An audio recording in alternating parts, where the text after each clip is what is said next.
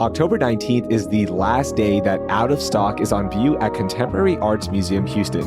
Make plans now because this exhibition is fantastic and features work from teens across our city. But it's not just for younger audiences. This exhibit is for everyone and focuses on themes of consumption.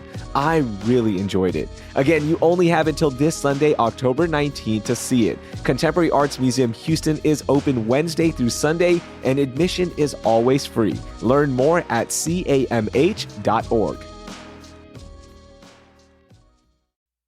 This Dia de los Muertos, experience Dia in downtown. 4 days of culture, color, and connection will fill the heart of Houston. From blanket bingo and cocoa under the stars to Una Noche in Market Square Park. And of course, the 5th annual Dia de Muertos Parade and Festival. Plus, there's going to be live music and more at Discovery Green. Explore decorated storefronts in downtown and honor loved ones through art, music, and tradition. Celebrate life, Dia in downtown, October 30th through November 2nd. Visit downtownhouston.org/Dia for more details. Downtown Houston, get energized and revived.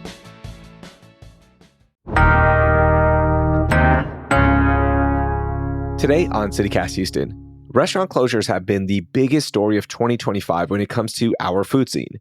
But now restaurants are cooking up some creative ways to keep their doors open.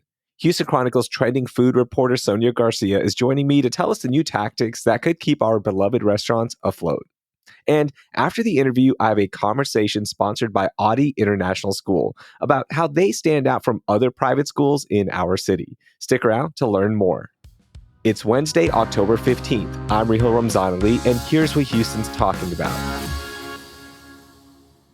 Sonia, so many restaurants have already closed this year, and last month, another 11 that I saw. Is there one that you would like to bring back or resurrect if you could? Oh, I have this top of mind, and I was hoping you would ask. It's Andiron. Andiron was a short-lived restaurant, but it was so good, and I really liked it, and it's sentimental to me because I took my engagement photos there, so beautiful. It's in my neck of the woods. I just loved that restaurant. They made a killer steak. They had great drinks. Their cocktail program was so good.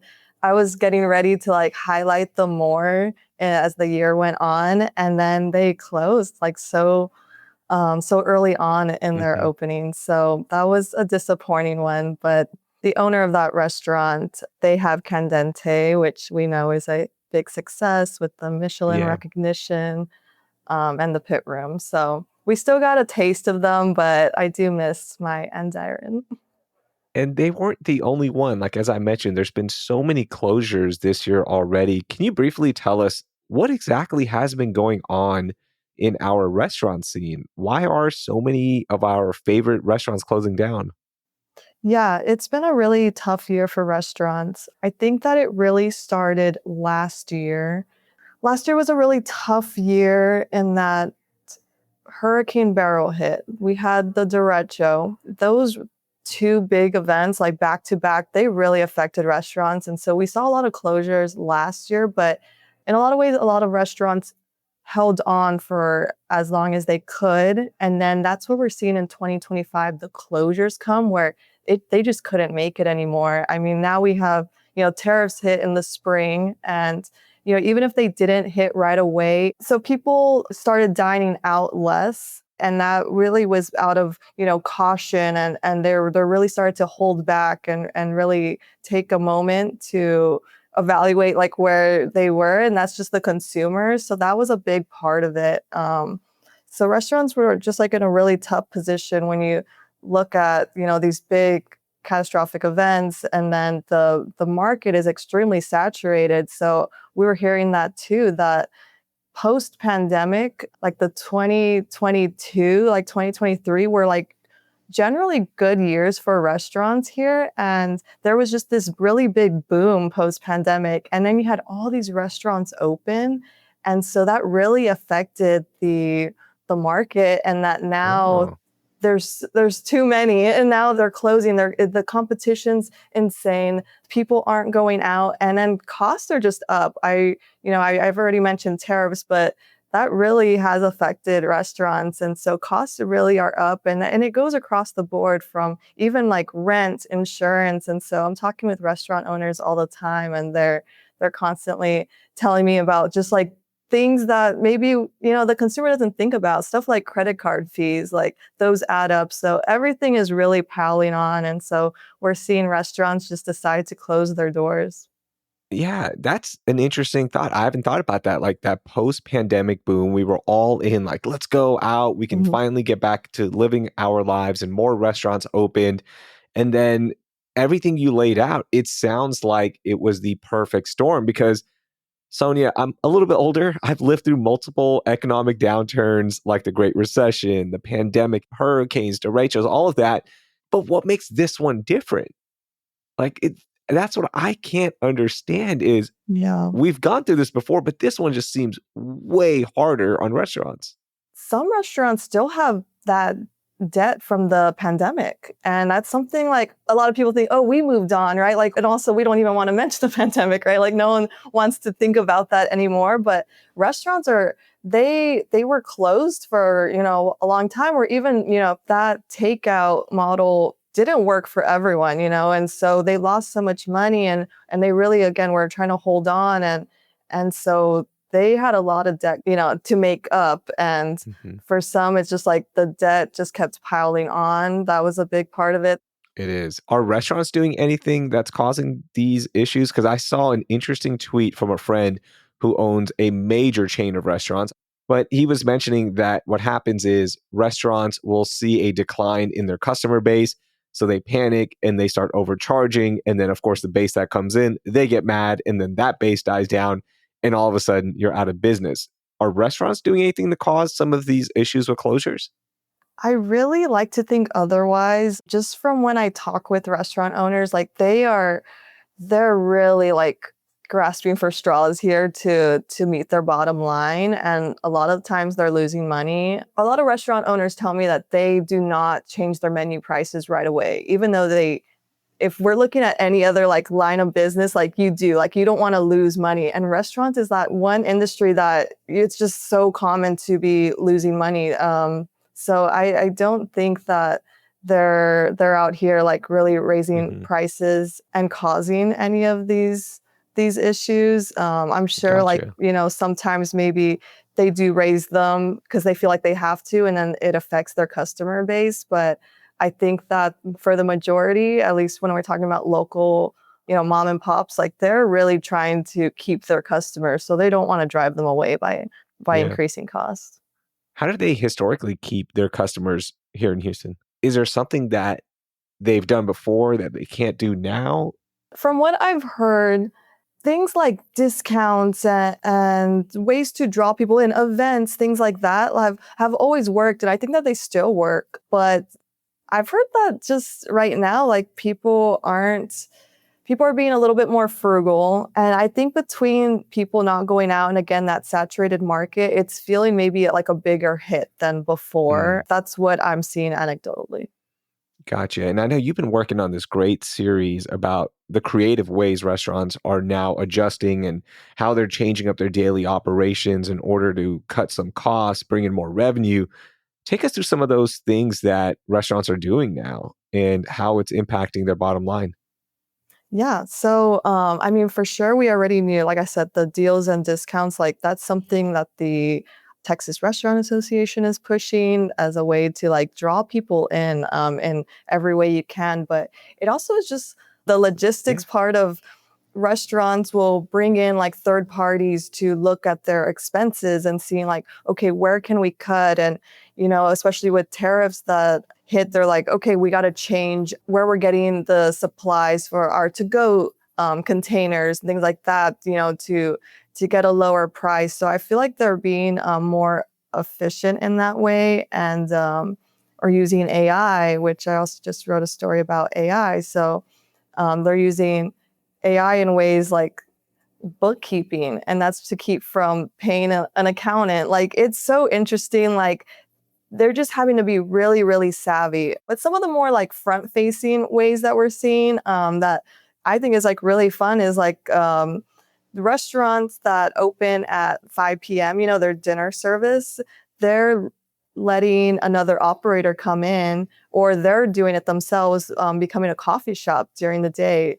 So that's Well, something interesting. like June is now third place during the day. And I think that's been really successful for them. And when I spoke with the owners over there, they told me it's really just about always keeping things fresh and really Mhm. bringing in new customers, and they're able to highlight people in the community. They're bringing in chefs for that coffee shop, and the chefs do they come in and do like a series, and they're just do a pop-up for that day or the week. So they're highlighting people. Like everyone's kind of winning in that scenario. So it's Yeah. really, really cool to see. Ninja Ramen, which I wrote a big story about them last year, right when we started seeing like restaurants really struggle. And they were really transparent with how difficult it's been to run a restaurant. The owner there, he opened a tiny bar, which he says is the smallest bar in the world. They're on Washington Avenue, and it really is like it's a shed. It's so small. Oh my But again, gosh. it's having something catchy and cool that drives people, Yeah. and people are posting it on social media, which we know that's a really big way to get people in. But I mean, everyone's on social media. Like you gotta find your way to stand out. And so they're finding It's these hard like to stand out there. it is. Yeah. So they're finding ways to be part of the trends, and just things like merch are always, ways to drive revenue. It's really trying to be part of the trends is really what we're seeing. Yeah. It's really cool. The one thing that I think separates the Houston food scene and restaurants from other markets is that it's very collaborative. It's very, we need to win together, right? And these collaborations that we're seeing, whether it be Bun B teaming up with Chef O at Chop and Block, right?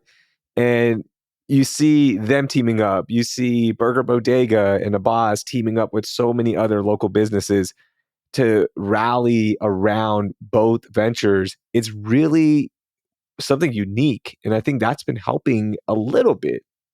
Yeah, no, I think you're totally right. I think that, like you said, everyone wants to help each other. Everyone wants to win together. And it's so cool to see. I think the collaborations are really, really helpful. My colleague Bao, he wrote a story, I think last year as well. And it was about that, saying like how well collaborations do. I mean, they're so popular now, and it's Hmm. because they do well, and it introduces new people to different brands, that maybe they didn't know about. Burger Bodega is really known for their collaborations. Yeah. Yeah, Abbas, he collabs with everyone. Yeah. Or he'll just debut a cheesesteak and that works too, right? He can Yeah, definitely do that. It's all about getting people out, right? And getting them to physically get to the location, get out of their house, break that habit of sitting around and just watching Netflix and door dashing something. That's still at the heart of this, like one of the hardest things to do. To get people out of their house, it's so hard. yeah. I mean, so one other fun thing on that note, again, how do you get people out? I wrote a story about coffee raves, and those became a Yes, I hit remember. like maybe in the spring. And it's a daytime party. There's music, there's coffee, and they're like, okay, we're gonna appeal to the audience that are coffee drinkers. They're not trying to spend a lot, or they're not trying to be out at night. Like finding this, like it seems so niche, right? And then it's super popular, and now like all these coffee shops are doing it, and it's working for them, and you see all these videos of daytime raves. That's so cool. I remember talking about that story and I wanted to go so badly. Yeah, That sounds like a fun time because I love coffee. I want to be in an environment where I can people watch, and that would be a fun one as well to check out and make me leave the house, right? Not make my own for coffee, but sure. actually drive into the city and be like, I want to do that. What about AI? I know you briefly talked about it, but what are restaurants using AI for outside of just bookkeeping? So some of the ways they're using AI is things like this prep assistant technology, and it's really about the AI does the portion controlling for them, and so they're able to save money that way and make sure they're ordering the right amount of product. There's also voice AI, and that's helping with to-go orders and with reservations. And they're able to allow their employees to, again, focus on the customer and not have to worry about answering phones. And so when someone goes to the hostess, they don't have to wait for them to get off the phone. It's about getting back time. And for the ones that are using the voice AI, they've made it so clear to me, like, but the person can always ask to speak with a human, like That's what I was going to say. yeah, they don't Do want you to do turn that? Like people when you away. call somebody and it's AI, because I do that. I'm like, I'll give it a shot at Yeah. first. I'll give it like a minute. And then I'm like, okay, zero. Give me a live person. It depends, like, I guess how simple the, request is. But yeah, oftentimes, it's nice to just talk with someone. But I think it's good for, the calls that are just like, what are your hours? Like it's Mhm. doing something. But yeah, so, they're still navigating ways on how to best use AI for sure.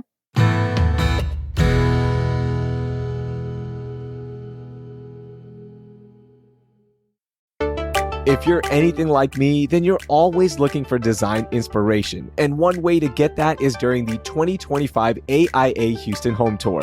From October 18th through the 19th, this self-guided tour gives you the rare chance to step inside some of the city's most stunning custom homes, all crafted by some of Houston's top architects. Whether you're dreaming up your own perfect space or just love exploring amazing designs like I do, this tour is a must. Each home is a masterpiece showcasing the collaboration between homeowners, architects, and builders. And the best part, you can chat with the architects right there on site. So you can get tips, ask questions, and soak up all the creative vibes so maybe you can start designing that perfect space in your home. Don't miss out on this unique experience. Get your discounted tickets right now before October 17th before the prices go up. Head to AIAHouston.org for tickets and information. That's the AIA Houston Home Tour, October 18th through the 19th. You won't want to miss it. Have you heard that the Houston Cinema Arts Festival is back? Presenting organization Houston Cinema Arts Society is all about positioning Houston as a premier fine arts destination, championing untold and underrepresented stories, both locally, regionally, and from around the world, all by connecting through one of my favorite mediums, cinema. The Houston Cinema Arts Festival is November 6th through the 16th at venues all around town, with this year's theme being Here, an exploration of what it means to be present, shaped by experience, and navigating the uncertainty of our time. Join cinephiles, movie lovers, filmmakers, and art champions at the official lineup release party at Artec House in the Heights on Wednesday, October 15th. You'll find out what feature films, shorts, documentaries, film competitions, live performances, workshops, and visual art events make up this year's Houston Cinema Arts Festival. Go to cinemahtx.org to learn more. Find your fall vibes in Pearland with October events worth getting out of the house for. Pearland Restaurant Weeks runs through October 31st with 19 participating restaurants and curated meals benefiting the Pearland Neighborhood Center. Prepare for a ghostly good time at the Hops and History Cemetery Tour on October 18th and 24th. Partake in a hike through history from Valentin's Brewing Company to Pearland's oldest cemetery, led by special pathfinders from the past, hear from early Pearland residents, and enjoy a cold beverage back at the brewery. Gather your shopping buddies and join Pearland Boutiques on October 24th and 25th for the Pearland Boutique Shop and Hop. Enjoy drinks, snacks, and incredible shopping while exploring the city and completing your event passport. Find more details about all of Pearland's pumpkin spice fueled activities at visitpearland.com/events. That's visitpearland.com/events.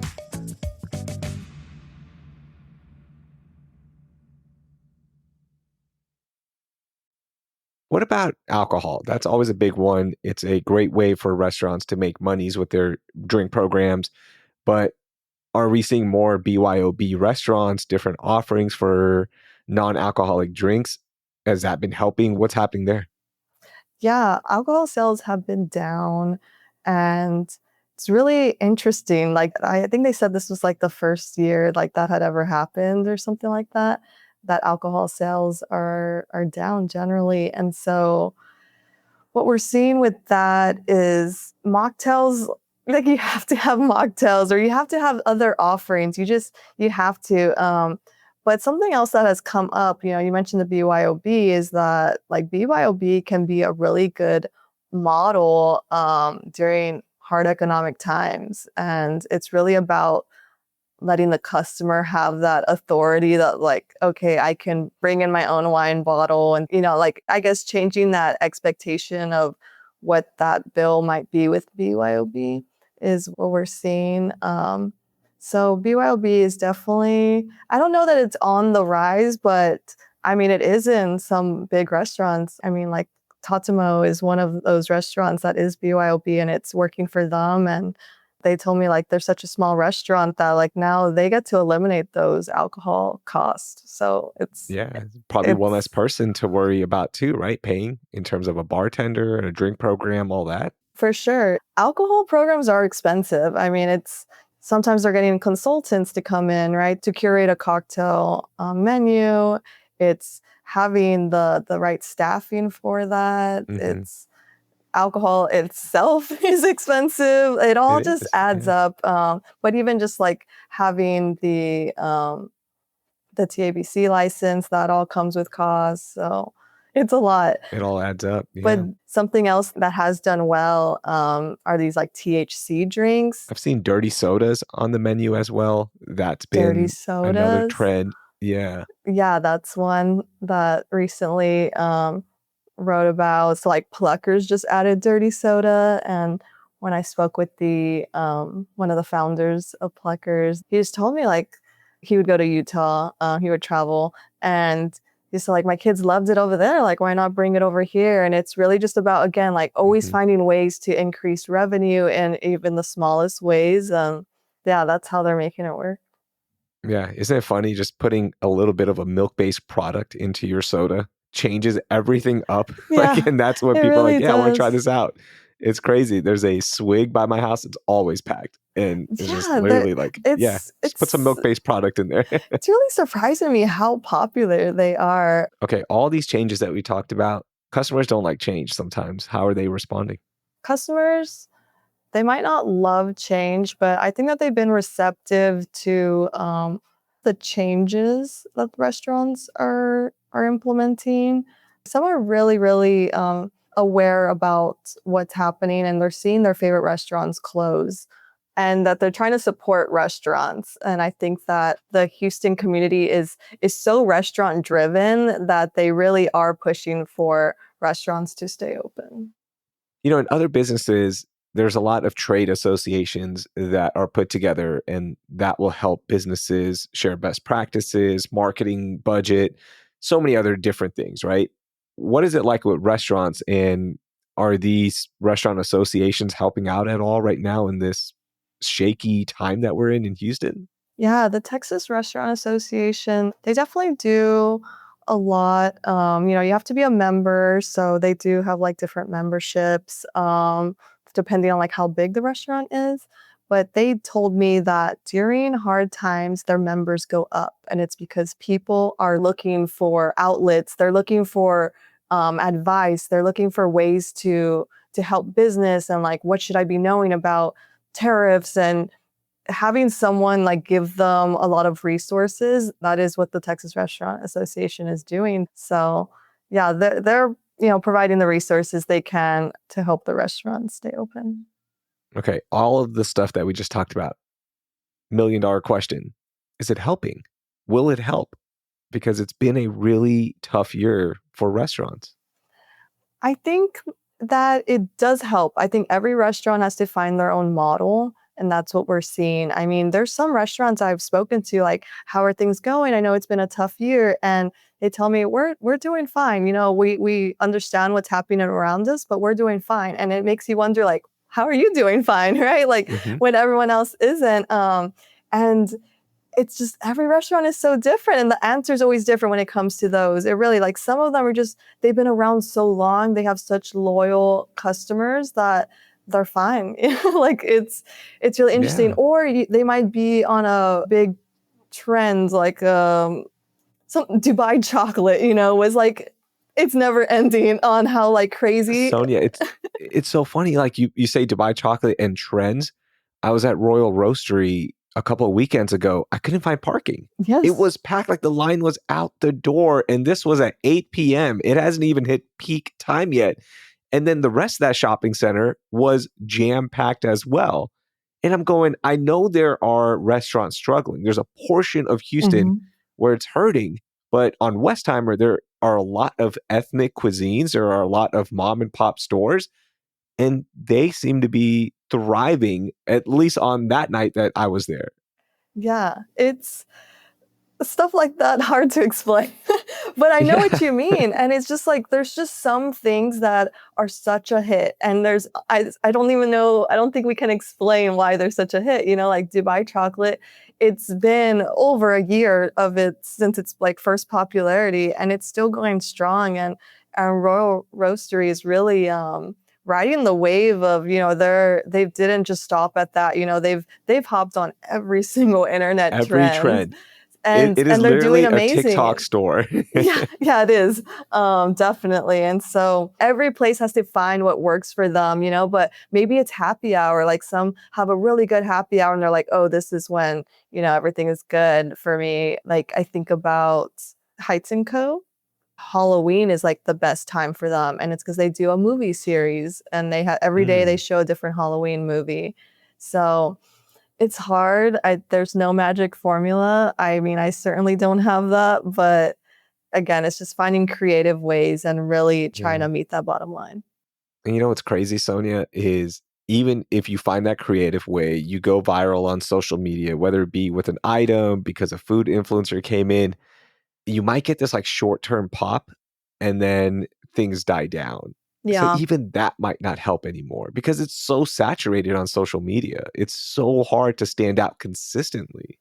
for sure. You have to really stay on it. Like I've heard restaurant owners say, you can't stop at one thing. Like it's a never ending job. And I commend all of them for working so hard. And I Amen. get to see some of that behind the scenes in my job sometimes. And, sometimes they're not sleeping. Like the schedule is so insane in hospitality. And, all because they really love it. Like you really have to love hospitality to be doing it. How long does this downturn last? Final question. I wish I knew, and I hope it's not long. But we'll see what the holidays bring. So Mhm. summer is always a hard time for restaurants, and I spoke with Ben Berg, who owns a ton of restaurants here in town, and he was saying like really September and October, it's like I think we might be seeing a lot of closures. And I was like, Oh, we've wow. already been seeing a lot of closures. We'll see. I mean, of course, the holidays is always a great time. So honestly, we're holding out for that. And I hope that a lot of restaurants make it through the holidays Yeah. and through the new year. Such an important time. Go out and support a local restaurant if you can. Help them bridge that gap from this brutal summer to what could be a major upswing during the holidays with so many company parties, catering, all that stuff, right? So go out and support them if you can. Sonia, thank you so much for highlighting the ways that restaurants are trying, and we're rooting for them. We appreciate you joining us. Thank you so much. It was so great to speak with you. That was Sonia Garcia. She's a trending food reporter at the Houston Chronicle. Read more of her work with the links in our show notes. And listeners, don't go anywhere. In just a second, we've got a segment sponsored by Audi International School. I'm chatting with Tom Oden, their head of secondary, about how Audi stands out from other schools in our area.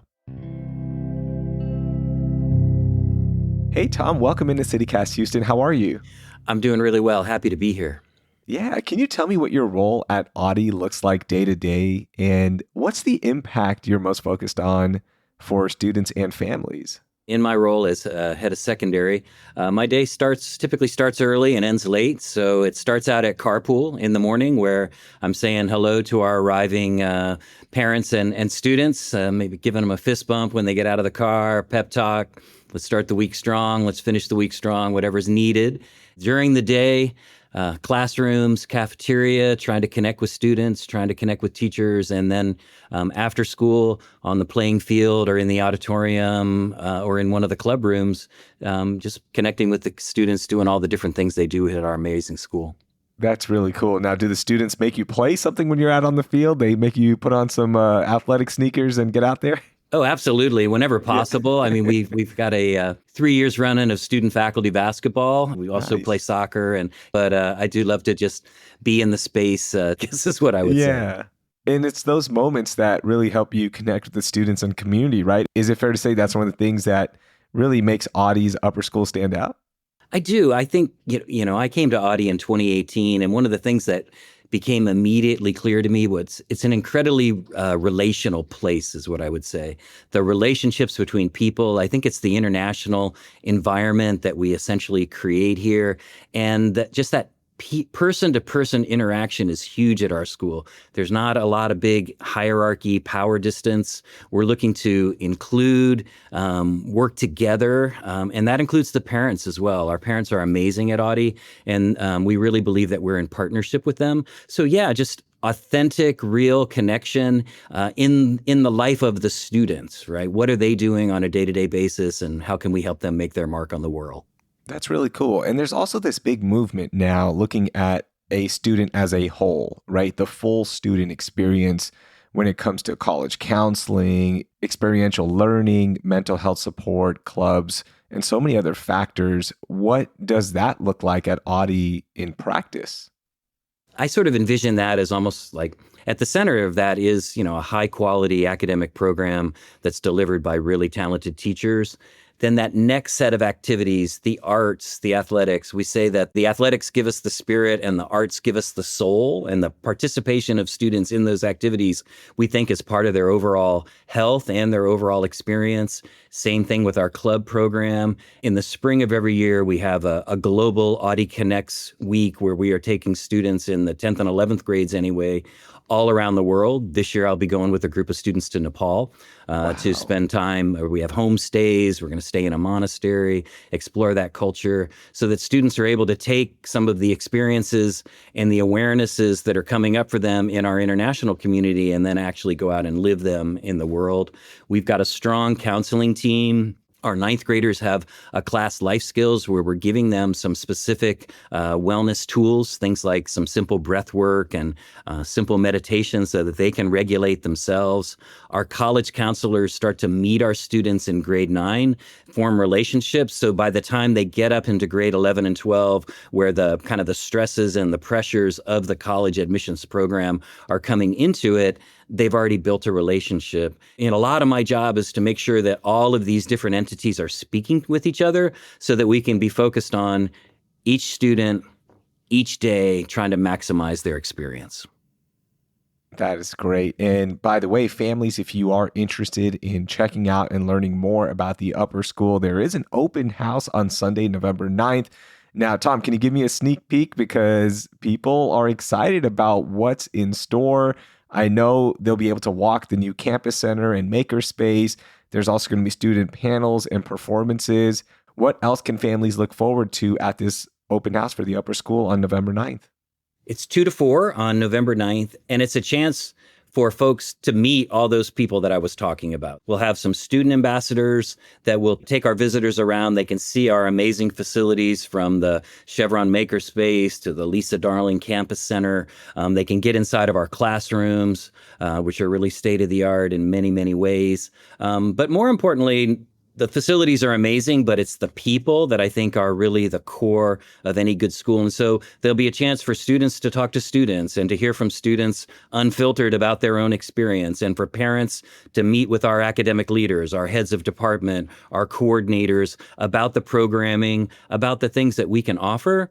Houston's an incredible market of very strong schools, and so we're very much aware of that. And what we hope to do on November 9th is be able to kind of share our unique value proposition. And then, parents have a lot of choice in this environment. We're just hoping to be able to share what we can put out there. Yeah, to register and to learn more, go to awty.org. And I'll also drop that link in our show notes. Tom, thank you so much for being here. Thank you. Appreciate the chance to talk to you. That will do it for today. I'm Raheel Ramzanali. Thank you for listening, and I hope you learned something new.